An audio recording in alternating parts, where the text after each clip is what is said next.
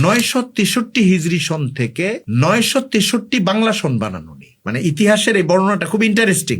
অনেকে বলে আপনি এই অঞ্চলে বাস করেন, এই অঞ্চলের সব সংস্কৃতি আপনি নিচ্ছেন না কেন? যেটা ইসলাম অনুমোদিত না ওইটা মুসলমান নিতে বাধ্য না। ঢাকার পয়লা যেন অষ্টমীর একডালিয়া, মানে তারা এতটাই হিন্দু অনুষ্ঠান কেন্দ্রিক এটাকে যুক্ত করে ফেলেছিল। মঙ্গল আকাঙ্ক্ষাকে এবং সার্বজনীনতার নামে এটার সঙ্গে যুক্ততাটাকে একটা অপরিহার্য ভঙ্গিতে চাপিয়ে দেওয়া হচ্ছে। তো অনেকে বলে যে আপনি ইবাদতকে সংস্কৃতি বলতেছেন কেন? এটা দৃষ্টিভঙ্গির ব্যাপারে। একটা জিনিসই ইবাদত, ওইটা আবার সংস্কৃতি, ওইটা আবার অর্থনীতিও হইতে পারে, আবার বাণিজ্যও হইতে পারে। যেরকম তো যদি সংস্কৃতিটা এমন হয় যেটা অন্য ধর্মের ধর্মীয় প্রতিনিধিত্ব করে এবং মুসলমানদের ধর্মের ধর্মীয় বিশ্বাসের বিরোধিতা করে, তাহলে ওইটা নিছক সংস্কৃতি না, এটা ধর্ম আশ্রয়ী সংস্কৃতি। বাংলা সনটার গোড়া কিন্তু হিজরি সন। ও রং তো ছিটাইতেছে, মুখে লাগাইতেছে এবং প্রচার করতেছে এই জন্য যে এটা হিন্দুদের দেওয়ালি বা হোলি উৎসবের একটা অংশ। মুসলমানদের জন্য এটা একটা ডবল সমস্যা।